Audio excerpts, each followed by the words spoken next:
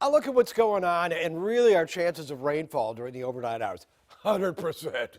9 o'clock at night, 100%, and it stays that way through 3 in the morning. Slackens off, oh boy, to 80% chance by 5 o'clock in the morning, 7 o'clock in the morning, 50% chance. But during the day tomorrow, not that much of a chance of rainfall into the area. And really, by 7 o'clock in the evening tomorrow evening, it could end as a few flakes of snow mixed in with some rainfall into the area, too. So the active weather is really going to be during the overnight hours. Now, as far as what do we get out of this? Winds, yep, high impact. Rain, yep, high impact. Well, I can just see 1 to 1.5 inches to 2 inches of rainfall into the area. Tides, if you live in a real flood-prone area, you might see it coming up onto your street, but again, it doesn't look like anything too terribly serious, but do watch out for that. It's not even at minor tidal flooding level, but it'll be nuisance tidal flooding level. So if you live in a flood-prone street, move your car. For snowfall, nope, not a real big problem. If you're heading up to D.C. or anywhere northward from there, yeah, that's going to be a problem. There's a low pressure area here, there's another one here, and really there's another one into here. All of these are going to coalesce together, come together as one here eventually. It'll be really off the eastern shore.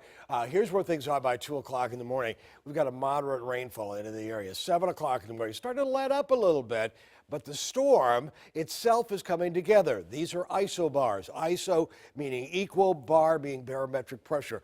Lines of equal barometric pressure, and it gives us an idea where we can pinpoint the actual storm, and we certainly can. 11 o'clock in the morning, and we get a lot more of these as the storm itself gets lower barometric pressure and a really strong wind quite likely going on for New England. Those where things are at 2 o'clock in the afternoon, and it really socks New England, Cape Cod, on up to New York City, but especially inland areas of New England where they can see 14, 18 inches of snowfall into their area. So the big snow is going to remain in the north. We can see a flurry or two, and we've seen that during the afternoon hours. We can see a flurry or two tomorrow night, but the temperatures have actually started to warm up. They'll continue to warm up overnight. 45, 49, 10 o'clock, we're starting to see some moderate rainfall into the area. 1 o'clock in the morning, moderately heavy rainfall, but temperatures into the low 50s through the region. You'll note there's an easterly wind.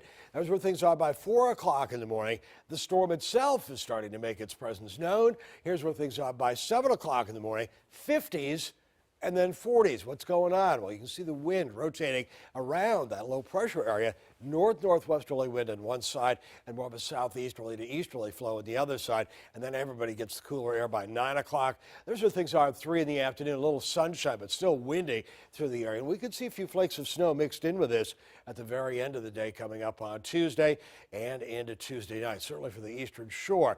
Here's where things are for Wednesday. Still rather breezy. It'll be a chilly day with highs only into the 30s for the day coming up on Wednesday. So we got some big changes moving on in, but we're going to miss the bulk of the storm. We're going to catch a piece of it. We'll see around an inch and a half of rainfall into the area. Again, now, most of that rain is going to happen during the overnight hours because temperatures are going to start to warm up. Heavy rain and wind, 40 to 45, then temperatures start rising.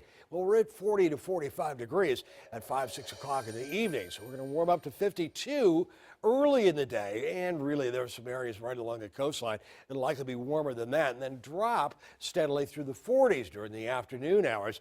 We can see a few flakes of snow coming up on Wednesday, quiet on Thursday, and of course St. Patrick's Day around 49. A few showers coming up into the weekend.